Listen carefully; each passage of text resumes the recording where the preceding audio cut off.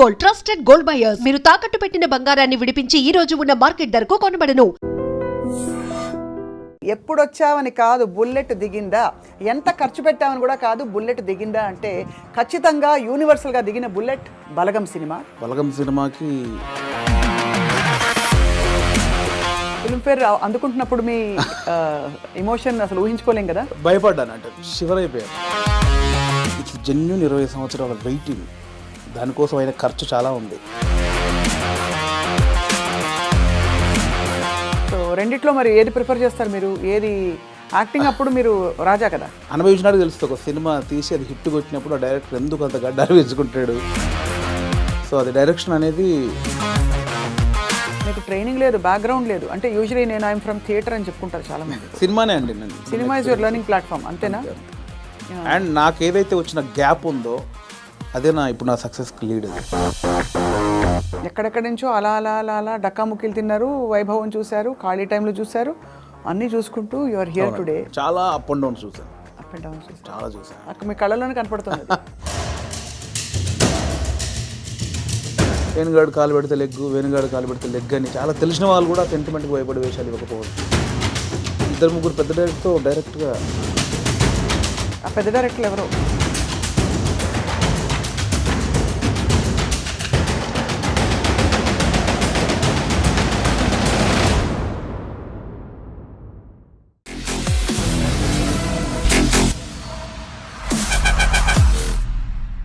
Hello and welcome to this candid conversation exclusively on iDream. ఎప్పుడొచ్చావని కాదు bullet దిగిందా, ఎంత ఖర్చు పెట్టామని కూడా కాదు బుల్లెట్ దిగిందా అంటే ఖచ్చితంగా యూనివర్సల్గా దిగిన బుల్లెట్ బలగం సినిమా.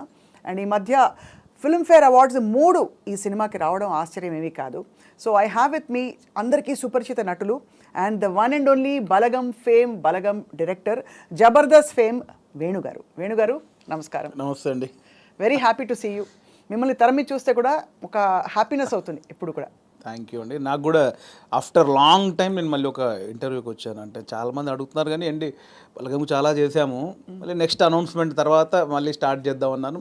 మధ్యలో ఫిలింఫేర్, ఆ ఫిలింఫేర్ తర్వాత ఫస్ట్ స్వప్న గారు అనగానే ఎస్ అన్నాను నేను. నాకు తెలిసిన ప్రముఖుల జాబితా చాలా పెద్దది, కంగ్రాచులేషన్స్. అండ్ వాళ్ళందరూ పెద్దవాళ్ళు. మీ సినిమాని మీరు లేనప్పుడు మెచ్చుకున్నారు. సంగీతం శ్రీనివాస్ గారు ఇటీవల చెప్పారు. అలా మీకు డైరెక్ట్గా అందిన కాంప్లిమెంట్ వేణుగారు? బోలెడండి. అంటే మళ్ళీ బలగం గురించి మాట్లాడితే ఆడియన్స్ బోర్ ఉండొచ్చేమో. సో మెనీ అండి, సో మెనీ. అంటే బలగంకి ఎస్పెషల్లీ వచ్చిన ప్రతి ప్రశంస ఇది బాగుంది, ఇది టాప్ 1, ఇది టాప్ 2 అలా లేదండి, అన్నీ టాప్ 1లోనే ఉన్నాయి. అంటే ఎవరు ఆ సినిమా గురించి మాట్లాడినా వాళ్ళ కళ్ళు, వాళ్ళ బాడీ మొత్తం మాడుతున్నా నాకు తెలుస్తుంది. ఆ ఎగ్జైట్మెంట్ తెలిసిపోద్ది కదండి. అంటే కంగ్రాచులేషన్స్ హిట్ కొట్టావు వేరు, దాని గురించి ఎక్స్ప్లెయిన్ చేయడానికి మన మాటలు లేవని వాళ్ళ బాడీలోనే షివరింగ్ నేను చాలా చూసాను. సో బలగం సినిమాకి లెక్కలేనని ఉన్నాయి, నాకు ఇది ఒక్కటే అని చెప్పలేనని ఉన్నాయి. ఫిల్మ్ఫేర్ అందుకుంటున్నప్పుడు మీ ఎమోషన్ అసలు ఊహించుకోలేం కదా. భయపడ్డాను, అంటే షివర్ అయిపోయాను. అంటే బలగం రిలీజ్ అయిన 1.5 year తర్వాత జరిగిన ప్రోగ్రామ్కి లోపల ఏదో చిన్న షివర్ అయిపోతున్నాను. బేసికలీ ఇది నిజమా కాదా అంటే కాన్ఫిడెన్స్ అంటే డెఫినెట్లీ కొడతామని ఉంది. దానికి బిఫోర్ ప్రజెంటేషన్స్ అన్నీ చూస్తుంటే అది ఒకటే బ్యాలెన్స్ ఉంది, డెఫినెట్లీ వస్తుంది అని ఒక ఉన్నా కూడా అనౌన్స్ చేసిన తర్వాత స్టేజ్ మీదకి వెళ్ళేటప్పుడు కూడా చిన్న షివరింగ్ అయ్యి వచ్చేసినాయి. ఎందుకంటే సీరియస్గా ఒక కెరియర్ స్టార్ట్ అయిన దగ్గర నుంచి లైక్ 2000 నుంచి నేను ఇండస్ట్రీలో ఉన్నాను. యాక్టర్ని 2003-4 ఆ టైంలో అయ్యాను. అవును. అప్పటి నుంచి ఒక పెద్ద స్టేజ్ మీద ఒక అవార్డు తీసుకోవాలి, అదే యాక్టర్గా, అప్పుడు యాక్టర్నే కాబట్టి యాక్టర్గా తీసుకోవాలని ఉంది. నా ఫస్ట్ మూవీకి సంతోషం అవార్డు నాకు ఇచ్చారండి. దాని తర్వాత మళ్ళీ 20 సంవత్సరాలు పట్టింది.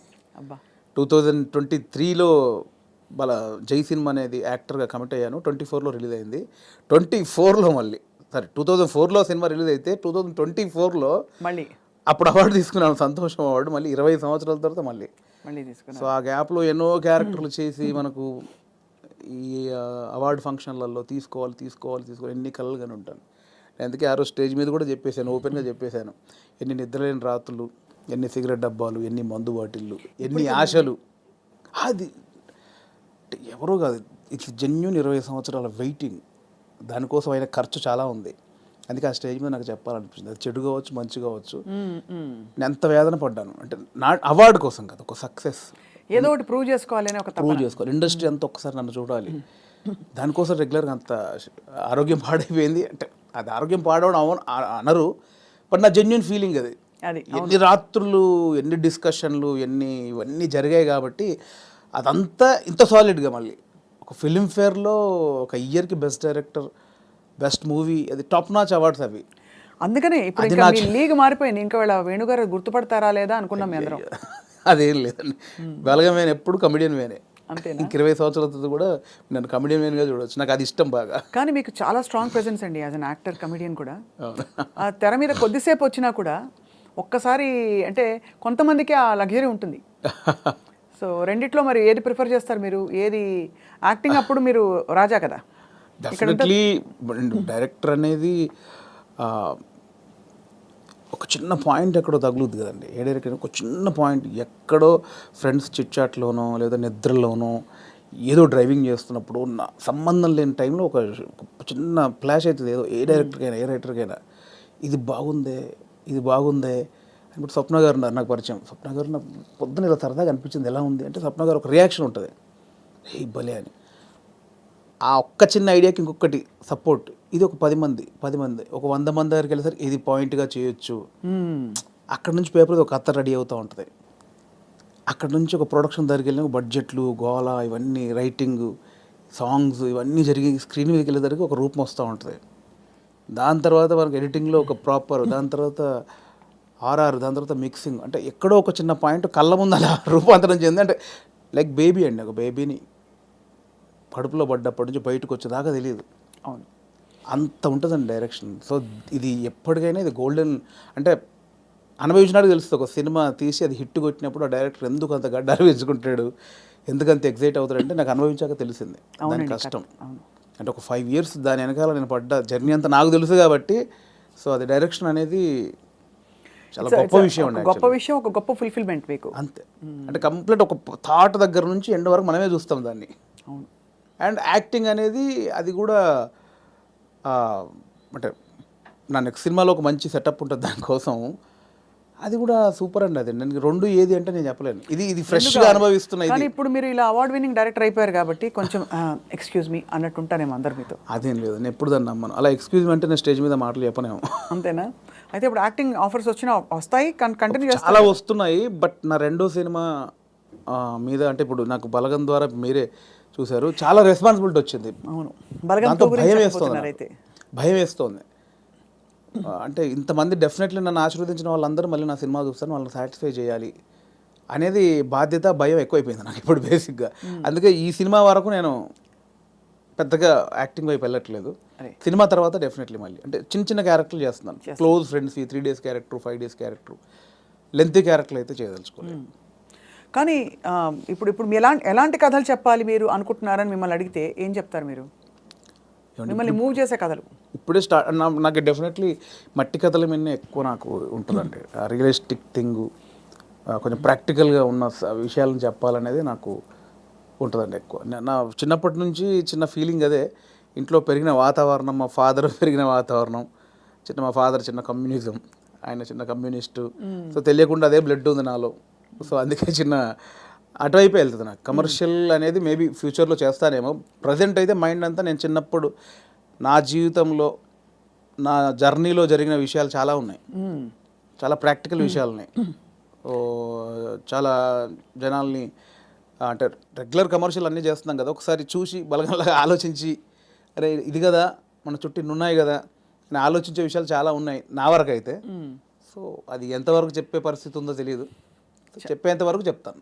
చాలా సంతోషకరమైన విషయం ఏంటంటే వేణుగారు, ఇప్పుడు ఇక్కడ తెలంగాణ రాష్ట్రం నుంచి టాలెంట్ ఎంత బ్లాసమ్ అయ్యి ఎన్ని చక్కటి మట్టి కథలు వస్తున్నాయి, ఎంత మంచి టాలెంట్ ఉంది. అసలు చాలా ఏళ్ళు ఆల్మోస్ట్ బయటకు రాలేదు అనిపిస్తుంది. ఆమె రాంగ్? నేను తప్పుగా మాట్లాడాను, కరెక్ట్ చెప్పాను? కరెక్ట్ అండి. ఇప్పుడు బయటకు రావడం, కట్టలు తెంచుకుని ఒక్కొక్కళ్ళు, అంటే ఇక్కడ ఈ గడ్డ మీద ఉండే ఆలోచన ఏంటది, ధాటి అంటారు చూడండి, ఆ కన్విక్షన్ అది చాలా గొప్పదండి. అంటే మట్టి నుంచి పుట్టిన కథలు కదా. అంతే అండి. ఇంతకుముందు ఇక్కడ ప్రాంతం వరకు ఏంటంటే కొంచెం చదువు లేక ఆకలి చౌలు ఇక్కవరకే ఉంది. బట్ అక్కడ సృజనాత్మకత కూడా ఉంది, చాలా ఉంది. అంటే ఇటువైపు ఎన్ని కథలు ఉన్నాయి, అటువైపు ఎన్ని కథలు, ఎక్కడైనా మనుషులు ఉన్న చోట చాలా కథలు ఉంటాయి. అవును. సో ఇక్కడ కథలు కూడా ఇప్పుడు వస్తున్నాయి. అందుకే ఇప్పుడు అంటే ఎట్ ప్రజెంట్ నా మూడంతా ఇక్కడే ఉందన్నమాట. నా జర్నీలో నేను చాలా కథలు చూశాను, అందులో ఒకటి బలగం. సో ఇంకా చాలా కథలు చూశాను. సో అవన్నీ చెప్పొచ్చు, దాన్నే కమర్షియల్గా చెప్పొచ్చు. ఇప్పుడైతే మరి మీ రెండో సినిమా వివరాలు అడగచ్చా? ఇంకా సూనా? సూన్ అండి, సూన్ డెఫినెట్లీ. అంటే అఫీషియల్గా నా ప్రొడక్షన్ నుంచి వచ్చినప్పుడు అడిగితే బెటర్. నో డెఫినెట్గా. కానీ అందరికీ క్యూరియాసిటీ ఏంటంటే బలగం తీసిన తర్వాత మీరు చాలా జాగ్రత్త పడాలి. ఇంకా రెండో సినిమాకి అదే స్థాయిలో మెప్పించాలి, ఇంకా ఎక్కువ మెప్పించాలి వీలైతే. మరి ఏంటి మీ ఆలోచనలు దాని మీద? ఉందండి, కథ అయిపోయింది, ఆల్మోస్ట్ కథ అయిపోయింది. ఇంకా అఫీషియల్గా అనౌన్స్ చేస్తాం త్వరలో. మళ్ళీ డెఫినెట్లీ నన్ను ఎవరైతే ప్రేమించారో, ఆశీర్వదించారో వాళ్ళని ఒప్పిస్తానని నమ్మకం అవుతుంది. నాకు అదైతే ఇప్పటివరకు అయితే ఖచ్చితంగా ఒప్పిస్తానని నమ్మకం అవుతుంది. అంతకుముందు కామెడీ యాక్టర్గా జబర్దస్త్లో మీ జర్నీ ఎలా ఉండేది వేణు గారు? అది హ్యాపీ జర్నీ అండి, చాలా హ్యాపీ జర్నీ నా లైఫ్లో. అంటే జాలీగా ఉన్న రోజులు అవి. అంటే నేను 2004లో యాక్టర్ అయిన తర్వాత 2015 వరకు గాడ్ గ్రేస్ని అసలు వెనక్కి తిరిగి చూసుకోలేదండి. అంటే నేను డైలీ 4 షూటింగ్లు 5 షూటింగ్లు. అంటే ఈరోజు హైదరాబాద్లో ఉంటే సడన్గా మీరు వేణుగారు ఎక్కడున్నారంటే ఈరోజు ఇక్కడే ఉన్నానండి ఈవినింగ్ అంటాను. రేపు ఫోన్ చేస్తే దుబాయ్లో ఉన్నానండి. అదేంటి నేను ఈవినింగ్ హైదరాబాద్ అన్న, అంత బిజీగా ఉన్నాను నేను. అంత బిజీగా ఉన్నా డైలీ 3-4 షూటింగ్లు, ఈవెంట్స్ అని దుబాయ్లు, యూఎస్ ఫారిన్ షెడ్యూల్స్, చాలా బిజీగా ఉండేవాడిని. ఐ థింక్ 4 నుంచి 15-16 వరకు నేను వెనక్కి తిరిగి చూసుకోలేదు. అంటే మా ఇంట్లో నెలకి ఒక వారం రోజులు తింటే హ్యాపీ, అంత బిజీగా ఉండేవాళ్ళు. పొద్దున ఎప్పుడైందో, సాయంత్రం ఎప్పుడైందో, నైట్ ఎప్పుడైందో తెలిసేది కాదు. సో 15 తర్వాత కొంచెం జబర్దస్త్ నుంచి బయటకు వచ్చి అప్పుడు ఇంకేమైనా చేసుకోవాలని ఈ బలగం ఏదైతే దానికి ప్లానింగ్లో ఉన్నప్పుడు మాత్రం కొంచెం ఒక 3-4 ఇయర్స్ బాగా స్ట్రగుల్ అయ్యాను. సో కానీ ఎలాగా అంటే మీరు చెప్పారు కదా, అంటే మీరు మట్టిలోంచి పుట్టిన కుటుంబం మీది. మరి మీరు పొట్టకూటి కోసం అయినా పనిచేయక తప్పదు. అవును. మరి ఒకవైపు ప్లానింగ్, ఇంకోవైపు యాక్టింగ్ ఆపర్చునిటీస్ వదులుకోవాలి. అప్పుడు మీకు సంఘర్షణ వచ్చిందా? అయ్యో చాలా అండి. అదే అంటే యాక్చువల్లీ నేను 2013లో జబర్దస్త్ స్టార్ట్ అయింది. అప్పుడు పీక్స్ నేను యాక్టింగ్లో, స్టేజ్ షోలని, యాక్టింగ్ అని చాలా పీక్స్. ఆ జబర్దస్త్కి వెళ్ళిన తర్వాత మేము ఎక్స్పెక్ట్ చేయలేదు. మాది స్టార్టింగ్ స్టేజ్, మాది స్టార్టింగ్ టీం, మాది ఎక్స్పెక్ట్ చేయలేదు. యాక్చువల్గా జస్ట్ ఒక 13 days, ఒక 4 రోజులు ఇవ్వండి చాలు అని తిరిగేవాళ్ళు, మా వెనకాల తిరిగేవాళ్ళు. సో ధనరాజు, మా చంద్ర అప్పుడు కొత్తవాడు, ఇంక వాడు ఇంకా రాలా అసలు. ధనరాజు నన్ను పక్కగా పట్టుకున్నారన్నమాట వాళ్ళు. అంటే మేము ఇద్దరే అంతకుముందు స్కిట్లు చేసాం, స్మోక్ టీవీ అని అవన్నీ చేసాం. సో వీళ్ళని పట్టుకోవాలని చాలా పట్టుకున్నారు. నేను కన్విన్స్ అవ్వాలా, ఎందుకంటే సినిమా నేను అప్పట్లో కొంచెం టీవీ అంటే టీవీకి వెళ్తే సినిమాకి రాలేరేమో అనేది ఉంది. ఇప్పుడు లేదు. ఇప్పుడు స్క్రీన్ అనేది ఉన్నది తప్ప big screen, small screen, phone screen లేదు. ఇప్పుడు స్క్రీన్ అంతే. అప్పుడు ఆ వేరియేషన్స్ ఉన్నాయి. సో అప్పుడు 13 రోజులు మంచి అమౌంట్ ఎక్స్పెక్ట్ చేయని అమౌంట్ ఒకటి. 4 days కదా అని లైట్గా కమిట్ అయ్యాం. ఆ 4 daysలో 13 episodes మీకు తెలుసు. అది జబర్దస్త్ స్టార్టింగ్ 18 రేటింగ్. అంటే గురువారం వస్తే వెయిట్ చేసేవాళ్ళు, గురువారం కోసం ఒక టీవీ షో కోసం వెయిట్ చేసేవాళ్ళు. సో 13 days తర్వాత మళ్ళీ బతిలాడి ఇప్పుడు అనుకున్న అమౌంట్ కంటే డబ్బులు పెంచారు. సరే అని మళ్ళీ 13 చేసాం, 27 episodes చేసాం. ఆ తర్వాత ఇంకా అది జబర్దస్త్ ఎట్లా అయిపోయిందంటే తెలుగు రాష్ట్రాల్లో గురువారం వస్తే ఏంటి అనేది. ఇప్పుడు స్కిట్లు రాయడం అది కూడా ఎలా జరిగేది? అది ఉండేది. సో అప్పుడు ఏంటంటే, అప్పుడు ఇంకా ఇది మీకు తెలియట్లేదండి, ఇది చాలా అద్భుతం, మీకు ఎంత అంటే అంత ఇస్తాం, మీరు కంటిన్యూ చేయండి అన్నారు. అప్పుడు నేను ఏంటంటే, నాకు సినిమా అనేది, నేను సినిమా కోసం వచ్చాను, ఇది చాలా బాగుంది, చాలా డబ్బులు ఇస్తున్నారు, ఇంటింటికి గడప గడప వెళ్ళాం, రీచ్ అయ్యాం, ఇంత డబ్బులు వస్తున్నాయి, అటు షోలు, రెమ్యునరేషన్ అన్నీ వస్తున్నాయి, కానీ నాకు సంబంధించింది పోతుంది. అవును, నేను సినిమా అనుకున్నాను, దీనికోసం రాలేదు, ఇటు పోతే నా సినిమాకు దూరం అవుతాను, దీని నుంచి బయటకు వచ్చాను. అబ్బా చాలా పెద్ద ఇదండి. మామూలుగా సెటిల్ అయిపోతాం మనం, పైసలు వస్తున్నాయి కదా, ఎందుకు బై నీకు అందుకని బయటికి వెళ్ళాక 1.5 year తర్వాత ఇది రైజ్ అయిపోయింది. అంటే ఇంటర్నెట్ ఫ్రీ అయిపోయి ప్రతి ఒక్కరికి సెల్ ఫోన్ చేతిలోకి వచ్చేసి ఇది వైరల్ అయిపోయింది. అప్పుడు ఏమైంది, నేను జబర్దస్త్ కొన్ని చేశాను కాబట్టి సినిమాలో కొంచెం దూరం అయిపోయా, టీవీకి వెళ్ళడం వచ్చేసి. అవును అవును అవును, ఇది వచ్చేసిందని నేను దాన్ని పక్కన పెట్టేసి సినిమాకి వచ్చేసరికి ఇది పక్కకు పెట్టేశారు. అరే ఇలా అయింది ఏంటి అని కసిలో మళ్ళీ ఒక 1 year చేసాం. అవును, మీరు తిరిగి వచ్చినప్పుడు అయితే వెల్కమ్గా తీసుకున్నారు మిమ్మల్ని, తీసుకున్నారు. మళ్ళీ 1 year చేసిన తర్వాత అప్పుడు ఇంకా మైండ్లో డబ్బు అని మళ్ళీ ఇటు వెళ్ళినోని మళ్ళీ ఇటు వచ్చా, ఇక్కడ మళ్ళీ డబ్బు కోసం వచ్చా, బట్ లోపల మాత్రం ఇది కాదని నన్ను వేధిస్తుంది అనమాట. మళ్ళీ బయటకు వచ్చాను. ఆ మళ్ళీ బయటకు వచ్చిన తర్వాత 2015 మిడ్లో బయటకు వచ్చామండి. అప్పటి నుంచి అరాకొర అప్పటి నుంచి స్ట్రగుల్ స్టార్ట్ అయింది. ఆ 15 మిడ్లోంచి 2020 వరకు ఆ 4 ఇయర్స్ ఇటు లేక అటు లేక ఆ 4 ఇయర్స్ బాగా స్ట్రగుల్ అయ్యాను. అది ఇక మేజర్ నా కెరియర్లోనే వెరీ బ్యాడ్ పీరియడ్. అంటే తినడానికి ఉండడం వేరు, అది వేరు, బట్ మైండ్ బిజీగా ఉండడం మెయిన్ ఇంపార్టెంట్. అవును, మైండ్ బిజీ. మనం అసలు ఎటు వెళ్తున్నాం అని ఒక తెలుస్తుంది కదా లోపల. పొద్దున 6 గంటలకు వేస్తే స్టాఫ్ వచ్చారా, పొద్దున 12 గంటల వరకు ఈ షూటింగ్, మధ్యాహ్నం ఆ షూటింగ్, దుబాయ్, ఇటు హాస్టల్, ఇవి అన్నిట్లో ఈ స్కిట్ల బిజీ ఉంటుంది. ఇప్పుడు మీరు ఇందాక అడిగారు స్కిట్లు, మినిమం ఒక స్కిట్ రాయడానికి 2 రోజులు పట్టేదండి. ఎవరు రాస్తారు? నేను, నా టీం మెంబర్స్, ఎవరైనా ఒక రైటర్, అంటే మనకు సింక్లో ఉన్న మెయిన్ టీమ్ లీడర్ దగ్గరనే ఉంటుందండి. ఇంప్రూవ్ అని ఉంటుందండి యూఎస్లో, అంతా ఉంటుంది. ఇది 100% ఇంప్రూవేషనే స్క్రిప్ట్ అండి, స్క్రిప్ట్ రైటింగ్ ఏ ఉండదు. సో మీకు దానికి నేపథ్యం, మీరు Depends థియేటర్కి అది. వెళ్ళారా? థియేటర్కి వెళ్ళారా? థియేటర్ ఏం లేదండి నాకు. థియేటర్ ఎక్స్పీరియన్స్ లేదు, జస్ట్ మీరు చూసి నేర్చుకునేవి అంతే ఇవన్నీ. అంతే. ఎందుకంటే ఇప్పుడు బాడీ మనం లాంగ్వేజ్, కూర్చున్నామండి, టైమింగ్. ఇప్పుడు పాయింట్ ఎట్లా వస్తే మనం కూర్చున్నాము, లేట్ అవుతుంది, ఈ లేట్ అయిన గ్యాప్లో ఏం చేద్దాం అని ఒక థాట్, ఏం చేయొచ్చు అని కూర్చొని మాట్లాడుకోవడం. అలా మాట్లాడుకుంటే ఏదో జోకులు వస్తూ ఉంటాయి. ఓ బంచ్ ఆఫ్ జోక్స్ వచ్చాక అసలు దీనికి ఏంటి కంటెంట్ ఏంటి, కథ ఏంటి, ఓ ఇలా వచ్చాడు, ఓ మిడ్లో గొడవ జరిగింది, లాస్ట్లో ఆ గొడవ పడి సారీ చెప్పాడు, ఓ స్టార్ట్, ఓ మిడ్, ఎండ్, ఏం చేయొచ్చు దీనికి, అలా కూర్చి స్కిట్ రాయడమే. అలా టీం అంతా రాయడం, ఆలోచన ఎక్కడ పాయింట్ వస్తుంటుంది. అది టైమింగ్, ఎడిటింగ్లో అసలు అంటే మా టైంలో అయితే ఎడిటింగ్ సెన్స్ లేకుండానే దింపేసేవాళ్ళం అండి. నింపేశారు. ఇప్పుడు ఎలా ఉందో నాకు తెలియదు. నా ధనరాజు కానీ, నేను కానీ, అప్పుడు రాఘవ్ గారు కానీ, చంద్ర కానీ, అంటే అప్పుడు ఇప్పుడంటే పాపం వాళ్ళు జబర్దస్త్ వాళ్ళకి ఇప్పుడు వాళ్ళకి ఏమైందంటే కొన్ని వేల పాయింట్లు టచ్ చేశారండి. అవును, ఎన్ని స్కిట్లు అయి ఉంటాయి, కొన్ని వేల స్కిట్లు అయి ఉంటాయి, వేల పాయింట్లు టచ్ చేశారు. ఇంకేం చేయాలో అర్థం కాక వాళ్ళకి. అవును. అప్పుడు మేము కొత్త కాబట్టి మాకు అన్ని కొత్త ఆల్ పాయింట్స్. ఇప్పుడు అత్తా కోడళ్ళు ఓ 100 పాయింట్లు ఉంటాయి, అప్పుడు మాకు అవన్నీ కొత్త. ఇప్పుడు అత్తా కోడలు చేయమంటే ఏది చేసినా కూడా ఆల్రెడీ చేసినట్టే ఉంటుంది. సో అట్లా మాకు చాలా పాయింట్స్ దొరికేవి. ఇప్పుడు చంద్ర మొత్తం ఫ్యామిలీస్ మీదకి వెళ్ళిపోయాడు, నేను అన్నీ కొంచెం టిపికల్గా ఉండాలి, అది నేను ఈ కొంచెం కొత్తగా ఏదో చేసేవాడిని, ధనరాజు ఇంకో, అట్లా ఎవరి కేటగిరీ వాళ్ళకు ఉండేది. సో అప్పుడు పోటాపోటీ బాగా చేసాము. సో ఆ 15 నుంచి బయటకు వచ్చాక అంత మంచి రెమ్యునరేషన్స్ కానీ, ఈవెంట్స్ కానీ, మీకు తెలుసు ఈవెంట్స్ ద్వారా మంచి ఆర్టిస్టులకు మంచి ఆదాయం ఉంటుంది, చాలా బాగుంటుంది. అదే కదా. సో అటు ఇటు మిస్ అయ్యి ఈ 15 నుంచి 20 వరకు నేను దాదాపు మీరు ఎక్స్పెక్ట్ చేయలేని అమౌంట్ మిస్ అయిపోయాను. సో ఆ లోపల అది ఉంటుంది, అది బాధ అనమాట, తిండికి బాధ కాదు. అనవసరంగా దాంట్లోంచి బయటకు వచ్చావు, ఇప్పుడు ఇంత పోయింది, ఇప్పుడు ఇది లేదు అది లేదు. ఇప్పుడు మన బతుకులకి నువ్వు వచ్చిన నేపథ్యానికి అది చాలా పెద్ద అమౌంట్. దాన్ని మిస్ అయిపోయామే, తప్పు చేసామా, ఒప్పు చేసామా, అనవసరంగా సినిమా అని ఓ పెద్ద బిల్డప్ ఇచ్చుకొని బయటకు వచ్చావు, ఇక్కడ ఇది లేదు, అక్కడ అంతా సాలిడ్ అమౌంట్ మిస్ అయిపోయి ఏంట్రా తప్పు చేసామనే గిల్ట్ ఒకటి ఉంటుంది చూసారా, ఆ గిల్ట్ ఎక్కువ పోయాను అనమాట. అవును, లక్షల సంపాదన వదులుకోవడం అంటే ఈజీ విషయం కాదు. అండ్ ఇప్పుడు పొద్దున్న లేవగానే ఇంకొకటి అండి, ఒక బిజీ పర్సన్ మీరు ఉన్నారు స్వప్న గారు అంటే, మీరు ఇంకా మిమ్మల్ని కట్టేసినా కూడా మీరు ఆగలేరు, ఎందుకంటే మనకి అంత ఉంది, అంత పని చేసేవాళ్ళు పొద్దున్న లేవగానే మనం ఏం పని లేదంటే ఎలా ఉంటుంది. అదే బిగ్గెస్ట్ కామెడీ స్కిట్లా ఉంటుంది. అంతే, అది దానంత నరకం ఉండదు. పొద్దున్న లేవగానే ఆ స్కిట్, షూటింగ్, అట్ట ఇట్ట మైండ్ అలా పెట్టే మైండ్కి ఏమీ లేదంటే అది దానంత నరకం ఇంకోటి ఉండదు. అలా ఒక 3 సంవత్సరాలు ఫేస్ చేసిన తర్వాత ఆ ఫ్రస్ట్రేషన్లోంచి వచ్చిన ఐడియానే బలగం. అంటే ఇన్ని రాసాము, నేను చాలా సినిమాలకు, అంటే చాలా సినిమాలు కాదండి, నా ఫ్రెండ్స్ డైరెక్ట్ చేస్తూ ఉంటే వాళ్ళకు నేను సబ్జెక్ట్లో కూర్చునేవాడిని, కామెడీ ట్రాక్స్ రాసి ఇచ్చేవాడిని.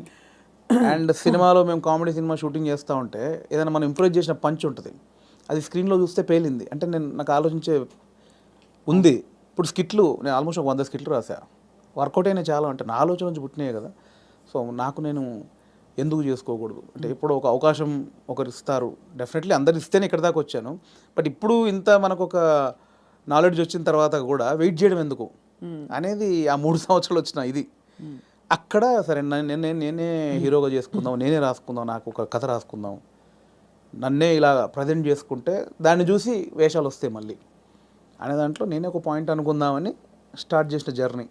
ఒక 3-4 పాయింట్లు అనుకొని అవన్నీ రెగ్యులర్గా ఉన్నాయి. ఇలా అయితే నన్ను ఎందుకు చూస్తారు, చాలామంది అలా వస్తున్నారు కదా. నన్ను చూడాలంటే మళ్ళీ నేను కొంచెం బ్యాక్వర్డ్ అయి ఉన్నాను, ఇప్పుడు నన్ను కొత్తగా చూడాలి, కంప్లీట్ ఆపోజిట్గా చూడాలి, అది ఏం చేయొచ్చు, చాలా సాహసోపేతమైన జర్నీ అది. అలా ఏం చేయొచ్చు అన్న పుట్టినప్పుడు థాటే ఒక చావులో ఎలా ఉంటుంది అంటే, నేను మా నాన్న జరిగిపోయినప్పుడు ఉన్న సిచ్యువేషన్స్ అన్నీ ఫనీగా చూసాను. ముందు ఎమోషన్ కాదు, అది ముందు ఫనీగా చూశాను. అంటే ఇప్పుడు తెలంగాణలో ఏంటంటే చేదునూరు అని ఉంటుంది, అంటే చుట్టం చూపు వాడు వచ్చినప్పుడు వాళ్ళని ఓదార్చిన తర్వాత చేదునూరు అనేది ఉంటుంది. అంటే ఇంత మందు తీసుకొచ్చి ఇంత చికెన్ మటన్ తీసుకొచ్చి నా వంతుగా నీకు ఒక భరోసా ఇచ్చి నీ బాధని తొలగించి ఈ అంటే వచ్చిన వాళ్ళు ఇస్తారు. ఇస్తారు. అంటే ఆచారం ఏంటంటే అండి, ఇప్పుడు నేనున్నాను, నాకు ఒక మా ఇంట్లో చేదు జరిగింది, ఎవరో చనిపోయి చేదు జరిగింది, మా బావను మా మామయ్యను బావ మరిది ఎవడు వాడు వచ్చి నన్ను ఓదార్చి సరే బావ జరిగిపోయిందని ఈ బాధను దూరం చేయాలి. నాకు ఏదైతే ఆ మిస్సింగ్ ఫీల్ ఉందో దాన్ని దూరం చేయగలని ఏం చేయాలి, ఇంత మందో బిందో తీసుకొచ్చి కాసేపు 2 గంటలు సపోర్ట్ ఉండి కడుపు నిండా తినబెట్టి ఏం కాదులే నేను ఉన్నానులే అని ఆ సపోర్ట్ ఇచ్చే వెళ్ళే విధానం అనమాట అది. కరెక్ట్, అవును. సో అదొక ఆచారంగా వచ్చింది, చేదు నోరు అంటాం.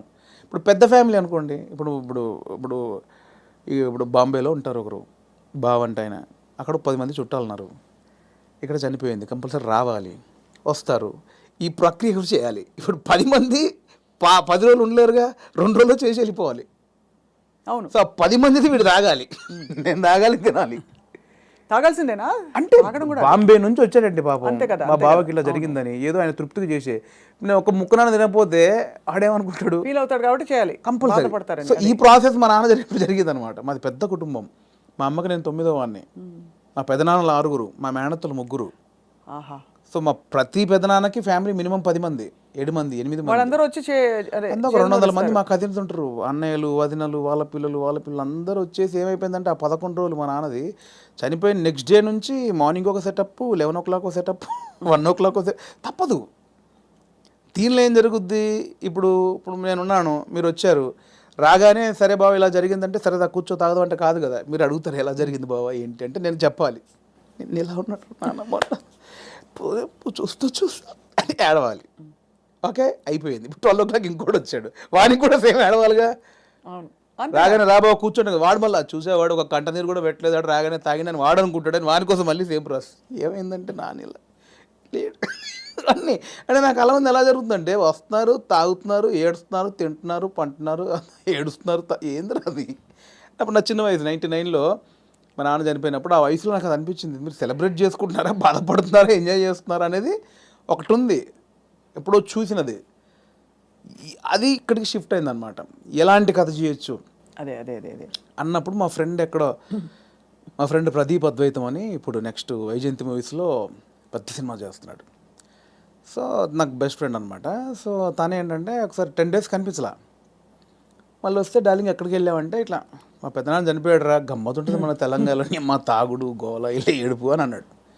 అది స్ట్రైక్ ఏదో బాగుంది కదా అని ఒకసారి రివెండ్కి వెళ్తే మా నాన్నది ఇంత జరిగింది కదా ఫన్ ఇక్కడ, ఇది కదా మనం ఆపోజిట్గా చెప్దాం అనుకున్నాం. అక్కంచెలు మొదలైన కథ.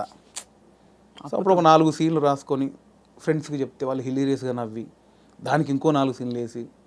కానీ ఇక్కడ విశేషం ఏంటంటేనండి, జబర్దస్త్ కావచ్చు ఇది కావచ్చు, చాలా సీరియస్ అంశాలని లైటన్ చేయడం ఈజీ కాదు. సెంటిమెంట్స్ హర్ట్ అవుతాయని ఒక బాధ ఉంటుంది కదా. ఇప్పుడు మీరు పిల్లలు పుట్టలేదు ఒక జంటకి, దాని మీద మీరు జబర్దస్త్లో ఒక స్కిట్ రాయాలనుకోండి, చాలా మంది హర్ట్ అయిపోతారు, నీకు అసలు మనసుందా, నువ్వు సమాజంలో బాధ్యత గలవాడివా, ఇవన్నీ అడుగుతారు ఆబ్వియస్లీ కదా. అలాంటిదే చావు కూడా చాలా పర్సనల్, చాలా ఇది.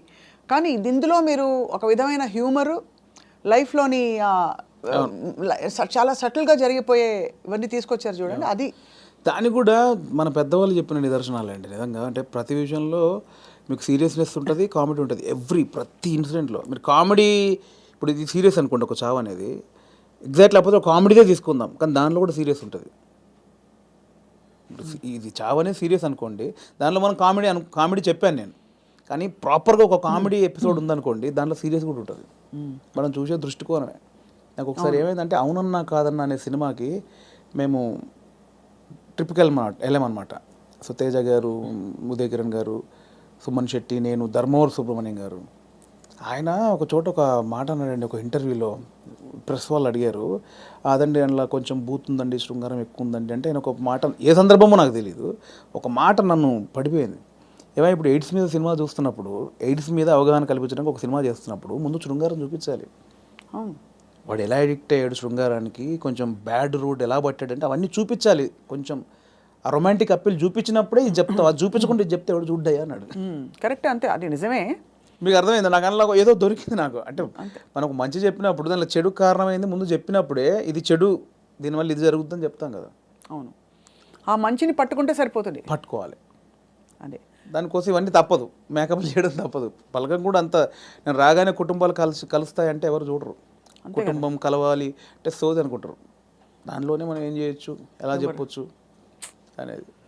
కానీ ఎంత ఎంత సూక్ష్మమైన ప్రయాణం మీలో జరిగిపోయింది చూడండి. మీ ఎదుగుదల ద్వారా ఎన్ని విషయాలు మీరు గ్రహించుకున్నారు. మీకు ట్రైనింగ్ లేదు, బ్యాక్గ్రౌండ్ లేదు. అంటే యూజువలీ నేను ఐఎమ్ ఫ్రమ్ థియేటర్ అని చెప్పుకుంటారు చాలామంది.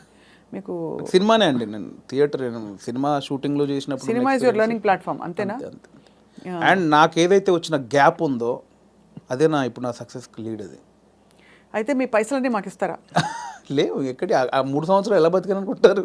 అంటే ఇప్పుడున్న పైసలు ఇచ్చేస్తే మాకు, అప్పుడు మళ్ళీ మీరు కూర్చుని 3 సంవత్సరాలు ఆలోచిస్తే 3 సంవత్సరాలు కాదు, ఈసారి మీకు 3 నెలలే ఇస్తున్నాం టైం. అంటే దేవుడు ఒకటి ఉంటుందండి, దేవుడు ఒకటిసారి ఇస్తారనమాట. అస్తమానం అదే అంటే ఇవ్వడు, ఉన్నే లాక్కని బయలుదేరి అంటాడు. ఒకటేసారి ఇచ్చాడు, ఇక దాన్ని జాగ్రత్త పడాలి. మళ్ళీ 3 సంవత్సరాల గ్యాప్ ఉంటే రాదు ఇప్పుడు, అంతే కదా, రానివ్వరు కూడా. ఇప్పుడు ఇంకా మీరు ఇంకా మిమ్మల్ని తీసుకెళ్ళి జీవితం పెట్టేసాను అక్కడ ఫిల్మ్ ఫేర్. అంటే మీరు ఎంత కోల్పోయి you got the lady home. అంతే కదా, అందుకే నేను లేడీ అంటే తెలుసు కదా, అవును, చాలా బ్లాక్ లేడీ తెలుసు, చాలా మందికి తెలుసు. చెప్పాలి సరే, బ్లాక్ లేడీని తీసుకొచ్చుకున్నారు. అదే ఆ మెట్లు ఎక్కుతున్నప్పుడు కానీ, అది చేతిలో ఉన్నప్పుడు కానీ, నేను అంటే చాలా ఇంటర్వ్యూలో మాట్లాడే మనకు భయం అయ్యేది బేసికల్గా స్టేజ్ మీదకి వెళ్ళి మాట్లాడంటే. కానీ ఆ రోజు ఎందుకో చిన్న లోపల షివర్ అయిపోతూ, నమ్మలేని విషయం కదండి. ఎవరికి అంకితం ఇచ్చారు, ఏమైనా చెప్పారు అట్లాంటివన్నా? అంకితం లేదండి, అంటే ఇది అంకితం ఇవ్వాలంటే తెలుగు ప్రేక్షకులు ఇవ్వచ్చు, అది అంతే, తెలుగు ప్రేక్షకులకు ఇవ్వచ్చు, అండ్ నా వైఫ్కి ఇవ్వచ్చు. ఎప్పుడు పెళ్ళైంది వేణుగారు మీకు? నాకు 2009, అంటే బిఫోర్ జబర్దస్త్. బిఫోర్ జబర్దస్త్. మీ పెళ్ళైన తర్వాత మీ లైఫ్ జబర్దస్త్గా మారింది అంతేనా? ఇందులో 2 అర్థాలు ఉన్నాయి. అందరికీ రకరకాలుగా మారింది. మేడం గారు పాప నన్ను చూసి తిట్టుకుంటారేమో. మేడం గారికి కంగ్రాచులేషన్స్ చెప్తున్నాను. మీ వైఫ్ పేరండి? శ్రీలత. శ్రీలత గారికి కంగ్రాచులేషన్స్, మీ వారు సాధించి ఛేదించి చూపించారు. అది డెఫినెట్లీ నా వైఫ్ సపోర్ట్ 101% ఉందండి. ఈ 5 years జర్నీలో నేను ఏది పట్టించుకోలేదు బేసిక్గా. అవునా? ఏది పట్టించుకోలేదు ఇన్ సెన్స్, అంటే ఇప్పుడు డబ్బు ఉండగానే అన్ని కాదు. ఇది ఒక్కటి కట్ చేసి మేము thumbnail పెడితే ఏముంటుంది? మా వైఫ్ నన్ను ఈ 5 ఏళ్లలో అస్సలు పట్టించుకోలేదు. మీరు ఏదైనా పెట్టొచ్చండి, నేను అడిగింది మీరు పెట్టరు, నేను వద్దన్నది మీరు ఆపరు. జోక్ నాకు అంటే మిమ్మల్ని చూస్తే మా అందరికి జబర్దస్త్ స్ఫూర్తి వచ్చేస్తుంది అనమాట. నా వైఫ్ సపోర్ట్ 100% ఉంది. తను నాకు ఎక్కువ బర్డెన్ ఇవ్వలేదు, పిల్లల విషయంలో కానీ ఫ్యామిలీ విషయంలో కానీ నన్ను అర్థం చేసుకుంది పాపం. చాలా అవసరం కదండి ఎందుకంటే సినిమాలు అంటావేంటి, ఉద్యోగం చేసుకోక అని అనే వైఫ్స్ ఉంటారు, లేదు వచ్చిన పని చేసుకోవచ్చు కదా అని అనేవాళ్ళు ఉంటారు. అంటే ఈ అబ్వియస్లీ సినిమా ఫీల్డ్ మీకు తెలుసు, నిద్ర పట్టదండి బేసిక్గా. 11 అవుద్ది, 12 అవుద్ది, సినిమాలు చూస్తూ ఉంటాం, కళ్ళు స్ట్రెయిన్ అయిపోతుంటాయి, బెడ్ మీద పడుకుంటాం, అలా అయిపోతాయి కళ్ళు. అలా ఏదో మనకు పోలీసులు టార్చర్ చేస్తే అలా పెడతారు చూడండి, ఇప్పుడు పీపుల్స్ ఎన్కౌంటర్ సంథింగ్ సినిమాలో అలా పెడతారు, అలా అయిపోతాయండి. పట్టదు నిద్ర. అంటే ఎలా ఇది ఎట్లా ఏం చేయాలి ఇది ఓకే అవుద్దా కాదా, నెక్స్ట్ పాయింట్కి వెళ్దామా అని మళ్ళీ కూర్చుంటాం, మళ్ళీ ఏదో సినిమా పెడతాం, మళ్ళీ ఏదో చేస్తాం, అవ్వదు. అలా 5-6 అయిపోతాయి. అట్లేదండి, మళ్ళీ సినిమా చూద్దాం, దొరకవు సినిమాలు, దొరకవు. అవును, సరే మనకు సంబంధించిన సినిమా ఎంతసేపు చూస్తావు, ఎంతసేపు నీ నెక్స్ట్ కథకు తెలియదు, కొంచెం నవ్వుకోవడానికి ఒక సినిమా చూస్తాం, ఏదో పెడతాం, ఇది కాదు మళ్ళీ అది పెడతాం, ఇది కాదు ఇంకోటి ఏదో వెబ్ సిరీస్, ఇది కాదు బుక్ పడతాం. అంటే నాకు తెలిసి ఇప్పుడు అనుభవిస్తుంది కదండి, మేబీ 2-3 సినిమాలు చేసిన తర్వాత మైండ్ సెట్ అయిద్దేమో మేబీ. దీన్ని అంటే వర్కే లైఫే అనేది నాకు తెలిసి కొంచెం ఎక్స్పీరియన్స్ తర్వాత నాకు అలవాటు అవుతాం. ఇప్పుడేమో ఎంతసేపు ఇంత ప్రేమించారు, ఇంత గౌరవించారు, మంచిది చెప్పాలి, చెప్పకపోతే గౌరవం పోద్దేమో. నువ్వు జెన్యున్ ఫీలింగే, బట్ అంటే మీరు హ్యాండిల్ చేయాలి కదండి. అండ్ ఇప్పుడు నాకు అంతకుముందు యాక్టర్గా ఉన్నప్పుడు ఎలా ఉంటుందండి, పొద్దున్న స్టాఫ్ వస్తారు, చిన్న 7 o'clock వెళ్తాం, 8 o'clock లొకేషన్ వెళ్ళగానే కలర్ఫుల్గా దిగ్గానే యూనిట్ మొత్తం 200 మంది ఉంటారు, ఎవరెవరు యాక్టర్లు ఉన్నారు, చిన్న సరదాగా ఉంటుంది, క్యారవాన్కి వెళ్ళామా, రెడీ అయ్యామా, తృప్తిగా వచ్చామా, చేసామా, 6 అయిపోయిందా, కథం ఈ షూటింగ్ అయిపోయింది ఇంటికి. ఇప్పుడు అలా కాదు కదండి, రూమ్లోనే పొద్దున్న లేస్తే ప్రాజెక్ట్ అయిపోయేంత వరకు సబ్జెక్ట్ క్లారిటీ ఉందా, ప్రొడ్యూసర్ ఏమంటాడు, హీరో ఏమంటాడు, ఇది మనం అనుకున్నది కరెక్ట్ వర్కౌట్ అవుతుందా, ఏమైనా డైల్యూట్ అవుతుందా, ఈ దాంట్లోనే అయిపోతుందండి ఎప్పుడు మైండ్. దీనివల్ల నాకు ఏమైందంటే డైరెక్టర్స్ మీద ఇప్పుడు విపరీతమైన రెస్పెక్ట్ వచ్చేసేది నాకు. అంతకుముందు ఏముంది, వీళ్ళు తీస్తారులే సినిమా, వీళ్ళు ఇంట్రా దీనికి ఎక్కువ చేస్తారు అనిపించేది. ఇప్పుడు అది భరించిన తర్వాత నాకు ప్రతి దర్శకుడి మీద రెస్పెక్ట్ వచ్చేసింది. మరి నాకు మొన్న ఎవరో ఒక కథ చెప్తానన్నయ్య, నీకు చిన్న మీరు ఇంపార్టెంట్ క్యారెక్టరు అంటే, నా దాంట్లో నెక్స్ట్ వీక్ అని 3 వారాలు తోసేసాను. తర్వాత పాపం అనిపించింది, వస్తానంటే అన్న మీరు ఎక్కడ రమ్మంటారు, మీ ఆఫీస్కి రమ్మంటారా, లేదా కాఫీ షాప్లో కూర్చుంది, ఇవన్నీ అంటున్నాడు అతను. మీ ఆఫీస్ ఎక్కడ ఉందో చెప్పి నేను వస్తా వద్దన్నా మీరు అలా అంటారండి సారీ అని ఇబ్బంది పెట్టి అదేం లేదు తమ్ముడు అంటే నేను మీ ఆఫీస్కి వస్తానా లేదా కాఫీ షాప్లో కూర్చున్నా నీ ఆఫీస్ చెప్పు నీ ఆఫీసు నీ టేబుల్ ముందు నీ చైర్ ముందే కూర్చొని వింటాను నాకు ఎక్కడొద్దని చెప్పాను ఎక్కడో సందులో చిన్న సినిమా అక్కడికి వెళ్ళి కథని వచ్చా ఎందుకంటే నాకు ఆ రెస్పెక్ట్ వచ్చేసింది అది చిన్న సినిమానే పెద్ద సినిమా అయినా పాపం వాడు ఎంతో టైం పెట్టి ఒక ప్రొడ్యూసర్ని ఒప్పించి ఆ టీంని సెట్ చేసుకొని ఆ ప్రాసెస్ ఉంటుంది చూసారా అది అనుభవించాను కాబట్టి నాకు రెస్పెక్ట్ వచ్చేసింది సీరియస్లీ మోసేవాడికే తెలుసు అంటారు కదండి కావాలి అవును ఖచ్చితంగా. అది నొప్పి నాకు ఆఫ్టర్ డైరెక్ట్ అయ్యాక తెలిసింది నాకు. It's what an amazing me journey. ఎన్ని విషయాలు బట్ చాలా చిన్న వయసులో మీరు ఛాలెంజెస్ నాన్నగారు 99లో అవునవును చనిపోయారు కదా. అవును. తర్వాత ఎలా మీ కుటుంబ బాధ్యతలు మీరు చాలా ఎంతమంది అన్నదమ్ములు? నాకు కుటుంబ బాధ్యతలు నాకు ఏం లేదు ప్రాబ్లం ఏం లేదండి. యాక్చువల్గా నాన్న చనిపోయే వరకు అక్కల పెళ్ళిళ్ళని అయిపోయాయి. సో 2 అన్నలు ఉండేవాళ్ళు, చిన్న అన్నయ్య కూడా పెళ్ళి అయింది. నేను మా అమ్మ మార్కెట్లో కూరగాయల వ్యాపారం చేసేవాళ్ళం. సో నాకు బాధ్యతలు లేవు బేసిక్గా. అదొక వ్యాపారం చేశారు, ఇంకా ఉందా లేదా? ఇప్పుడు లేదు, అమ్మతో లాస్ట్ అయిపోయింది. నాది లాస్ట్, నా తర్వాత అమ్మ కొన్ని రోజులు చేసిన తర్వాత. సో నాకు బాధ్యతలు లేవండి అసలు. అక్కడ ఒకటి టెన్షన్ లేకుండా ఉంది. బట్ నేను ఊర్లో ఉన్నప్పుడే డబ్బులు సంపాదించాను కూరగాయల వ్యాపారంలో. ఇండస్ట్రీకి వచ్చాక మాత్రం నేను ఇంటి దగ్గర డబ్బులు అడుక్కొని రాలా. నాకు చిన్నప్పటి నుంచి చేయి ఎవరిని అది లేదు. రెండోది ఒకరి కింద పని చేయడం కూడా ఇష్టం లేదు నాకు. అంటే ఊళ్ళో లోయర్ మిడిల్ క్లాస్లో జీతాలు ఉంటారు, బట్టల షాప్లో కానీ కిరాణా కొట్లో కానీ. నేను ఎప్పుడు అలా లేను. కూరగాయల వ్యాపారం ఏంటంటే నా ఓన్ బిజినెస్ అది. అవును, నా ఓన్. అది 50 రూపాయలు వచ్చినా నేను రోజుకి 50 రూపాయలు సంపాదించినా 100 రూపాయలు సంపాదించిన నా ఓన్ బిజినెస్ అది. నేను ఒకరి కింద నేను జవాబుదారి కాదు నేను బేసిక్గా. అంటే ఏదన్నా నేను హాఫ్గా నాకు లీవ్ కావాలన్నా ఒకరిని అడిగి లీవ్ పెట్టుకునే అవసరం లేదు నాకు, నా ఓన్. సో అది అలవాటు అయిపోయింది. సో అక్కడి నుంచి ఆ డబ్బులు సంపాదించే ఇది వచ్చింది కాబట్టి హైదరాబాద్కి వచ్చాక ఇక్కడ స్టార్టింగ్ స్ట్రగుల్ పీరియడ్లో మనకు మెయింటెనెన్స్కి చాలా ప్రాబ్లమ్స్ ఉంటాయి. నేను ఇంటి దగ్గర అడుక్కోవడానికి నాకు మొహమాట అనమాట. మనమే సంపాదించాం, మనం అడిగేది ఏంటి అని. సో అడగకుండా ఉండడం కోసం అప్పుడప్పుడు ఊర్లోకి వెళ్ళి ఒక 10 రోజులు కూరగాయలు అమ్ముకొని 1000 రూపాయలు సంపాదించుకొని ఆ 1000 రూపాయలతో జాగ్రత్తగా ఒక 2-3 నెలలు ఉండి అక్కడ ఇక్కడ చాలా పడ్డానులేండి. చాలా ఇంటర్వ్యూలో చెప్పాము, చాలా స్ట్రగుల్స్ పడ్డాము స్టార్టింగ్లో. కాకపోతే ఆ ఊర్లో కూరగాయల వ్యాపారం, అక్కడ అనుభవం, ఆ 10 మందిలో తిరగడం. అప్పుడే నేను మార్షల్ ఆర్ట్స్ చేశాను. నేను స్టేట్ లెవెల్ 2 టైమ్ ఛాంపియన్. నాకు 96లో సుమన్ గారి చేతుల మీద ఛాంపియన్షిప్ అందుకున్నాను నేను. సో ఆ మెచ్యూర్డ్ అయితే ఉందండి మీ దగ్గర. బ్రౌన్ బెల్ట్ హోల్డర్ అప్పుడు షాओलिन కుంగ్ఫూలో. నాకు ఒక 60-70 స్టూడెంట్స్. కరీంనగర్లో 2nd ప్లేస్ కొట్టాను, కరీంనగర్లో 1st ప్లేస్ కొట్టాను. ఎన్ని రంగాలు మిమ్మల్ని పిలిచే చూడండి. కళ, క్రీడలు. అంటే కళకి అదే నాందండి కరాటే అనేది. అంటే ఊర్లో ఉన్న వాళ్ళకి ఇది కాదు మన లైఫ్. ఇట్లా నా ఫ్రెండ్స్ లాగా ఇక్కడే పవర్ లూమ్స్ నడుపుకుంటూ కూరగాయలు అమ్ముకుంటూ ఇలా కాదు, ఏదో ఉంది అని. ఆ ఉన్న దాంట్లో చేయగలిగింది ఏంటి, ఏదో కరాటే నేర్పుతున్నారని అక్కడికి వెళ్తే అక్కడ టోర్నమెంట్లు, వేరే ప్రపంచం చూశాను నేను అక్కడ. అవును, చూసి దాంట్లో ఫ్యూచర్ లేదనిపించింది. అంటే ఫినాన్షియల్గా కానీ పేరు ప్రఖ్యాతులుగా కానీ దాంట్లో కొంచెం లేదు. నెక్స్ట్ ఏంటి, అక్కడ ఉన్నప్పుడు మన కూరగాయల మార్కెట్లో ఉన్నప్పుడు నేను మాట్లాడే మాటలు విని, నేను వేసే జోకులు కానీ పంచులు కానీ విని అందరు నన్ను బాబు మోహన్ బామ్మర్ది అనేవాళ్ళు. సో అక్కడ చాలామంది సినిమా యాక్టర్ తెలియకుండా ఒకటి నాటు పడిపోయింది.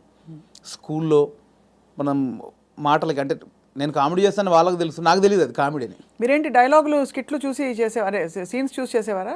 అలా కాదండి, అలా కాదు. స్కిట్లు ఎట్లా అసలు ఫస్ట్ స్కిట్ ఎప్పుడే సార్ చెప్పండి మీరు? అఫీషియల్ స్కిట్ అంటే official skit either on stage or on TV. Official skit 90 అంటే స్కూల్లోనే. స్కూల్ కాదండి, స్కూల్లో అసలు చాలా సిగ్గు నాకు. ఓ, అంటే బ్యాక్ బెంచ్ అనమాట. బ్యాక్ బెంచ్లో తోపునే, చాలా సిగ్గు నాకు స్కూల్లో. అది రాగా ఇండస్ట్రీకి వచ్చాక వచ్చింది అది. స్కూల్లో చాలా సిగ్గు అండి. స్కూల్లో యాక్టివ్గా ఉండి పాటలు పాడి అదేం లేదు. ఆ టైప్ కాదు. బ్యాక్ బెంచ్లో మనం కూర్చున్నామంటే ఒరిజినల్ స్టేజ్ ముందు ఎంతమంది ఉంటారో దానికంటే డబుల్ ఉంటారు. అక్కడ సూపర్ స్టార్ని. కానీ చిన్న మైక్ అంటే శివరు, ఆ భయాలు నాకు ఇండస్ట్రీకి వచ్చాక పోయింది అది. సో అలా అయితే ఆ లెక్కన ఫస్ట్ స్కిట్ ఎప్పుడు వేశారు? నేను నా 10th ఫస్ట్ మైక్ బట్టి చిన్న అఫీషియల్గా వచ్చిన పర్ఫార్మెన్స్ లాంటిదంటే మా 10th క్లాస్లో మీకు ట్యూషన్కి వెళ్తాను చూసారా, గవర్నమెంట్ స్కూల్లో చదివే పిల్లలు. అవును, మ్యాథమెటిక్స్, సైన్స్, ఇంగ్లీష్కి ట్యూషన్కి వెళ్తారు. సో ఆ ట్యూషన్కి వెళ్ళే ప్రాసెస్లో ఆ స్కూల్లో పాట పాడాను నేను. నాకు 2nd ప్లేస్ వచ్చింది, మా ఇంకో అమ్మాయికి 1st ప్లేస్ వచ్చింది. అది నా ఫస్ట్ యాక్చువల్గా ఒక యాక్టర్గానో కళాకారుడుగా అది 10thలో. అది మా టీచర్స్, మా ఫ్రెండ్స్ ఇంకా నాతో అలిగి అంటే నువ్వు ఎన్ని చాటుగా చేస్తావు, అన్ని అద్భుతాలు చేస్తావు, అక్కడెక్కడ మూలకి ఎవడు చూడకుండా చెట్ల కింద పుట్ల కింద అది జైరా అని వాళ్ళందరూ నన్ను ఒత్తిడి చేస్తే చాలా సిగ్గుతో అది వాడా. అది ఫస్ట్. ఇండస్ట్రీలో స్కిట్ అంటే స్మోక్ టీవీతో బాగా రీచ్ అయ్యామండి బేసిక్గా. అవునవును. స్మోక్ టీవీతో రీచ్ అయ్యాము. దానికి బిఫోరు చిన్నగా చేసామండి. మనసు మాట వినదు అనుకుంటా, ఐ థింక్ నా సెకండ్ మూవీ మనసు మాట వినదు. దుర్గం చెరువులో ఆడియో ఫంక్షను. అప్పుడు ఏంటంటే అప్పుడు కూడా నాకు సిగ్గు, బట్ యూనిట్లో నా అల్లరి నా గోలకు అందరూ ఫ్యాన్స్. ఓ స్లోగా అలాగా యూనిట్లో ఇప్పుడు డైరెక్షన్ డిపార్ట్మెంట్ తోటి కానీ నాకు మార్తాండ్ శంకర్ గారు, అవునవును, ఆయన నాకు ఆదిత్య గారి దగ్గర ఆయన కో-డైరెక్టరు, బాగా నాకు ఇంకా క్లోజ్ అనమాట అన్నయ్య. ఆయనతో నేను ఎంటర్టైన్మెంటు అది అలా బిహైండ్ ద స్క్రీనే. ఇందాక బ్యాక్ స్టేజ్ అన్నది అలా కెమెరామెన్ కానీ డైరెక్టర్ కానీ ఆదిత్య గారు కానీ శంకర్ అన్న కానీ ఇంకా వేణుగాడు ఉన్నాడంటే రచ్చ. అందులో వేణుగాడు అంతే. ఇంకా ఆ నైట్ చచ్చిపోవాల్సింది ఒక్కొక్కటి నవ్వి అలా ఉండేది. సో అక్కడ నుంచి మీకు కాన్ఫిడెన్స్ వచ్చింది? రాలే, ఇంకా అక్కడ కూడా రాలేదు. అలా అందరికి నోన్, లైట్ మెన్స్తో సహా డిపార్ట్మెంట్ అందరికి నోను. దుర్గం చెరువులో ఆడియో ఫంక్షన్ జరుగుతుందండి మనసు మాట విందు. అప్పుడు నవదీప్ చెన్నైలో షూటింగ్ చేస్తున్నాడు. సో 8 o'clock ఇక్కడ ఈవెంట్ జరగాలి. సో 7కి స్టార్ట్ చేసాము. నవదీప్ ఆందవే అంటున్నాడు. ఆ డ్యాన్స్ పోటీలు జరిగాయి, డ్యాన్స్ చేస్తారు కదా వాళ్ళు ఈవెంట్లో ఆడియో ఫంక్షన్లో. డ్యాన్స్ అయిపోయింది, 4-5 పాటలు పాడారు. అక్కడ నవదీప్కి గంట లేట్ అయింది ఫ్లైట్. సో మీడియా అంతా వెయిట్ చేస్తున్నారు, హీరో రాలా. ఎలా అన్ని ఫుల్ఫిల్ చేశారు, అన్ని స్పీచ్లు అయిపోయినాయి. ఇంకా ఒక అరగంట పడుతుంది ఆందవే అంటే టక్మని నాతో పాటు వెంకీ ఉన్నాడు, పొట్టే వెంకీ. వాడు కొంచెం యాక్టివ్, వాడికి స్టేజ్ యాక్టివ్, నాది బ్యాక్ బెంచ్ యాక్టివ్ అంటే వాడు స్టేజ్ మీద యాక్టివ్. వాడు ఏంటంటే కాన్ఫిడెంట్గా అందులో ఉన్నది ఇంత అయిన టాపిక్ కాన్ఫిడెంట్గా చెప్తాడు. నా దగ్గర ఇంత ఉంటుంది, కాన్ఫిడెంట్ ఉంటుంది, ఇంత చెప్తే అనమాట. వాడు ఎక్కేసాడు. వాడు ఎక్కువ 15 నిమిషాలు ఊపేసాడు. ఇంకా నవదీప్ ఇంకొక 20 నిమిషాలు సబ్జెక్ట్ కొంచెం, కానీ దాన్ని కాన్ఫిడెన్స్ లెవెల్ ఎక్కువ తనకి. అంటే ఇంతున్నదాన్ని ఇంత కాన్ఫిడెంట్గా చెప్పగలడు. సో వాడు 20 minutes చేశాడు. ఇంకా నవదీప్ 20 నిమిషాలు రావాలి. ఎలా అన్నప్పుడు నాకు తెలియకుండా అనౌన్స్ చేశారు, ఇప్పుడు వేణు మిమ్మల్ని 20 నిమిషాలు ఎంటర్టైన్ చేస్తాడని. వాళ్ళు అనౌన్స్ చేయగానే మా యూనిట్ వాళ్ళు ఉంటారు కదా, ఓ అని ఒక స్టార్కి ఎట్లా అప్లాజ్ వస్తుందో అలా అరిచేశారు. అట్లా మొదలైంది. ఎవర్రా మీరు అడిగింది, నాకు షివరు. ఎవర్రా నన్ను అలా వీళ్ళు ఈ అప్లాజ్ వచ్చేసరికి కూర్చున్న వాళ్ళకి ఎలా ఉంటుంది, బోయిడోడ తోపు వస్తున్నాడని అనౌన్స్ చేశారు. రావే అంటే నేను ఎక్కడో చీకట్లో కూర్చొని నన్ను ఎందుకు పిలిచాను, నేను ఎక్కకి స్టేజ్ అంటే దేనికి ఎక్కాలి, ఎక్కువ అన్నారు. ఇంకా అది ఫస్ట్ నాది పర్ఫార్మెన్స్ యాక్చువల్గా. అలా షివర్ అవుతూ చేయి అంత నవ్విస్తావు కదా చేయి అంటే బ్యాక్ స్టేజ్ నవ్వించేది వేరు, ఆ టాపిక్లు వేరు, ఆ సబ్జెక్టులు వేరు.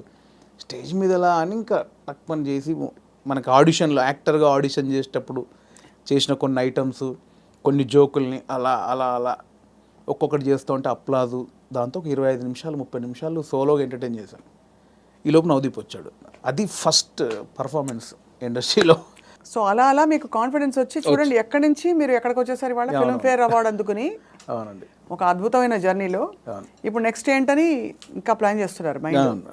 ఎవరు చేశారు ఇదంతా అంటారు? దేవుడా, మీరేనా? మీ రాత మీరే రాసుకున్నారా? దేవుడు రాశాడు? దేవుడు నమ్ముతారా? డెఫినెట్లీ నమ్ముతానండి. గుడ్డిగా నమ్ముతాను. అంటే గాలిలో దీపం పెట్టి దేవుడా అయితే అన్ను, దేవుడు అంటే నమ్ముతాను. అంటే మీరు చేసేవి చేస్తూ దేవుడా అంటారు. అంతే. నాకు ఇప్పుడు ఒక చిన్న సపోర్ట్ ఉందని ఫీల్. నేను హనుమాన్ భక్తుడిని, సో ఆయన ఉన్నాడని ఒక నమ్మకం ఉంటుంది. సో అలాగే ఆయన ఉన్నాడని ఏం చేయకుండా కూర్చోను. ఏం చేసినా ఆయన ఉన్నాడు, చూసుకుంటాడు. స్ట్రాంగ్ వెళ్ళొచ్చు, మావాడు ఉన్నాడు కదా. ఇప్పుడే నాకు హనుమంతుడు వారు చెవిలో చెప్పారండి, బలగం 2లో నేనే కదా. డెఫినెట్లీ ఆ సబ్జెక్ట్ ఎవరు కోరుకుంటే వాళ్ళే ఉంటారు. డెడికేషన్ పెట్టారన్నమాట. లేదండి, అంతే. ఆ సబ్జెక్ట్లో స్వప్న గారు అవసరం ఉందనుకుంటే మీరు ఎక్కడున్నా మీ దగ్గరకు వచ్చి అది వచ్చి అలా అంతే. నో, బట్ యాక్చువల్లీ సీరియస్గా ఎంత ప్రౌడ్ ఫీల్ అవ్వాలండి మీరు. అంటే మీరు జస్ట్ మీ అడుగులు మీరు వెతుక్కుంటూ ఎక్కడెక్కడి నుంచో అలా డక్కాముక్కీలు తిన్నారు, వైభవం చూశారు, ఖాళీ టైంలో చూశారు, అన్నీ చూసుకుంటూ యు ఆర్ హియర్ టుడే. చాలా అప్ అండ్ డౌన్స్ చూశాను. చాలా చూసాను. అక్కడ మీ కళ్ళలోనే కనపడుతుంది. అంటే నేను 200 సినిమాలు చేశానండి, ఆల్మోస్ట్ 220 సినిమాలు చేశాను యాక్టర్గా. కమర్షియల్ హిట్లు నాకు రాలేదు. అంటే సాలిడ్ క్యారెక్టర్ చేసిన సినిమానేమో ఫ్లాప్ అవ్వడం, ఏదో ఒక చిన్న అరసీన్ ఉన్నది బ్లాక్ బస్టర్ హిట్ అవ్వడం. సినిమాల్లో ఒక సక్సెస్ఫుల్ సినిమాలో ఒక మంచి క్యారెక్టర్ పడితే తెలియకుండా సినిమాలు వచ్చేస్తాయి. నేను మంచి క్యారెక్టర్లు చేసిన ఏవి వర్కౌట్ అవ్వాలి. సో యాక్టర్గా వేణుకు చాలా మంచి టైమింగ్ ఉందని రాజమౌళి గారి దగ్గర నుంచి, సుకుమార్ గారి దగ్గర నుంచి పెద్ద వాళ్ళందరూ, త్రివిక్రమ్ గారు, వినాయక్ గారు, పూరి జగన్నాథ్ గారు, మా గురుగారు తేజ గారు, అందరూ. కానీ ఒక కమర్షియల్ బ్రేక్ పడనప్పుడు వాళ్ళు ఎవరేం చేయగలిగారు? ఇప్పుడు నేను బలగం సినిమా చేశాను, నాకు తెలిసిన యాక్టర్లు ఎవరిని పెట్టుకోలేకపోయారు. ఎందుకంటే ఆ సినిమా ఎవరిని కోరుకుంటుందో వారినే తీసుకుంటారు. ఎవరైనా అంతే కదండి. అటు బాగా చేస్తున్నాడని అందరూ తీసుకొని పెట్టుకుంటే అవ్వదు, ఇది బిజినెస్. నేనే పెట్టుకోలేకపోయాను కదా. సో అది రాలేదనే వేదన చాలా ఉండేదండి నాకు. అంటే నా బిఫోర్ వచ్చిన వాళ్ళందరూ సూపర్ స్టార్లు ఎదిగిపోతున్నారు, మనకు ఒక కమర్షియల్ హిట్ లేని కారణంగా, అన్నీ చేయగలిగి హిట్ లేని కారణంగా వెనకబడిపోయామని ఒక ఆవేదన ఒకటి ఉంటుంది. అది చాలా పెయిన్ఫుల్. ఆ మధ్యలో వేణుగాడు లెగ్గు అని ఒక ఆ టైంలో అంటే చాలా సినిమాలు మంచి క్యారెక్టర్లు పోయేసరికి తెలియకుండా ఎవడో అని వేణుగాడు కాలు పెడితే లెగ్గు, వేణుగాడు కాలు పెడితే లెగ్ అని చాలా తెలిసిన వాళ్ళు కూడా సెంటిమెంట్కి భయపడి వేషాలు ఇవ్వకపోవడం, దేవా చూసారా, ఇలా చాలా పెయిన్ఫుల్ జర్నీలు జరిగాయి. దారుణం అండి అసలు మాట అంటాం. బాధేస్తుంది కదా, డబ్బులు చాలా పెద్ద 2-3 పెద్ద డైరెక్టర్తో డైరెక్ట్గా కొంచెం విభేదించాను కూడా, అట్లా చాలా జరిగాయి. సో నేను కాదు కదా, ఇప్పుడు మొన్న ఇప్పుడు టిల్లు అంటారు నన్ను, నేను నిలబడ్డాను కదా, అంతే కదా, నా ట్రాక్ తప్పు చేయలేదు కదా, ఇంకోటి నాకు ఎందుకు వేస్తారు అట్లా. అదొక చాలా పెయిన్ఫుల్ ఉండేది. ఆ పెద్ద డైరెక్టర్లు ఎవరో అందరూ సహకరించిన వాళ్ళు అందరి నిమిత్తం మాత్రమే అండి. నేను ఇక్కడ దాకా వచ్చిన తర్వాత నేను ఎవరిని అంటే ఇప్పుడు అర్థమవుతుంది మీకు దేని వెనకాల ఏ రీజన్ ఉందని ఇప్పుడు అర్థం చేస్తుంది. మీరు డైరెక్టర్ అయ్యారు కాబట్టి. నేను చెప్పాను కదా, ఇప్పుడు నా సినిమాకి నా చిత్రం శ్రీను దగ్గర నేను 1.5 year టచ్ బాయ్గా పనిచేశాను, చాలామందికి తెలుసు. అతనికి నేను వేషం ఇవ్వలేకపోయాను. మా తాగబోతు రమేష్ ఇప్పుడు నాతో మాట్లాడడానికి ఇప్పటికి కోపమానికి, రచ్చరవి క్యారెక్టర్ నేను చేయలేనా అని ఇప్పటికీ నా మీద కోపం 100 సార్లు తిట్టుంటాడు. నేనంటే ఇప్పుడు నన్ను గొంతు పిసికి చంపేస్తాడు వాడు, రచ్చరవి క్యారెక్టర్ నేను చేయలేనా, నాకు తెలంగాణ రాదా అని. కానీ నాకు అదే డైరెక్టర్గా నాకు ఆ క్యారెక్టర్లో రవే కనిపించాడు, రమేష్ కనిపించలే. ఇక్కడ టాలెంట్ బేరీజ్ వేయడం కాదు, నాకు వాడైతే సెట్ అవుతాను అనిపిస్తోంది. అట్లా నా దగ్గర ఎంతున్నా కూడా పెద్ద డైరెక్టర్లు అందరూ నాకు వేషం లేదంటే ఆ సినిమాకు వాళ్ళకి 100 బాధలు ఉంటే నాకు ఇప్పుడు తెలిసి వచ్చింది. అంతకుముందు తిట్టుకొని ఉన్నాను, బట్ ఇప్పుడు నాకు తెలిసి వచ్చింది ఏ సినిమాకి ఆ సినిమా బాధలు ఉంటాయి. సో అంతకుముందు తిట్టుకున్న దర్శకులందరూ నేను మనస్ఫూర్తిగా సారీ చెప్పుకున్నా ఎప్పుడో, ఇప్పుడు అంతే, ఇందువల్ల మీరు మాకు ఇవ్వలేదా అని. ఎందుకంటే ఇప్పుడు నాకు తెలుస్తుంది కదండి, ఇప్పుడు నన్ను వచ్చి నాకు ఎందుకు రమేష్ నేను సమాధానం చెప్పలేకపోతున్నాను ఇప్పుడు, అంతేగా, అంతే తెలిసి వచ్చింది. మీరు అన్నది కరెక్ట్, మీకు తెలిసి వచ్చిందంటే అర్థమైంది ఇప్పుడు. సో బట్ డెఫినెట్గా మీరు ఐ థింక్ మీరు మంచి సినిమాలు మంచి కథలు చెప్తారని అందరికీ కాన్ఫిడెన్స్ వచ్చేసింది. మొన్నే సంగీతం శ్రీనివాసరావు గారు కూడా మెచ్చుకోవడం మిమ్మల్ని, అలాగే చాలామంది అంటే పరోక్షంగా మిమ్మల్ని మెచ్చుకున్న విషయాలు కూడా చాలా ఉన్నాయి. బలగం సినిమా ఒక బెంచ్ మార్క్ అయిపోయింది వాళ్ళ ఇండస్ట్రీలో. అంటే ఒక ఇన్నోవేటివ్ నావెల్ స్టోరీతో ఇన్నోవేటివ్ విధానంలో ఎక్కువ బడ్జెట్ లేకుండా మనసుని హత్తుకునే సినిమా ఎలా తీయచ్చో వేణుగారు చేసి చూపించారు. దానికి గాను మీకు ఫిల్మ్ఫేర్ అవార్డుతో పాటు మా అందరి తరఫు నుంచి thank you so much for opening the doors. చాలామంది మీలాగా ఇప్పుడు ఔత్సాహికులు గివప్ చేయకుండా ఖచ్చితంగా మీలాగా ప్రయత్నించుకుంటూ వాళ్ళ దారి వెతుక్కుని ఇండస్ట్రీ ఎంత పెద్దదో ఎంత సముద్రమో ప్రూవ్ చేసి చూపించారు వేణుగారు. Thank you so much. Congratulations once again. Thank you. And మీ ఇంటికి ప్రతి కిటికీలో మేము వచ్చి ఇలా కనపడుతూ ఉంటాం అనమాట అప్పుడప్పుడు. అంటే వెతుకుంటుంటే మీరు అలా రైటర్ అలా రాసుకుంటూ ఉంటారు కదా, అప్పుడు మేము వచ్చి ఇలా అలా అంతసేపు అలా రాసుకోవడాలు ఉండవండి. అంతేనా? అంతసేపు రాసుకోవడాలు ఏమి ఉండవు. ఆ రాసిన తర్వాత అది ఎప్పుడు జరుగుద్దని చూసుకోవడాలు ఉంటాయి తప్ప అవి ఉండవు. అది అంతా ఒక సెటప్ అయిపోతే దాన్ని ప్రాసెసింగే టైం ఎప్పుడైనా. ఎక్కువ గ్యాప్ లేకుండా నెక్స్ట్ సినిమా ప్లాన్ చేసేయండి వేణు గారు. షూర్ అండి. Thank you so much. Thank you.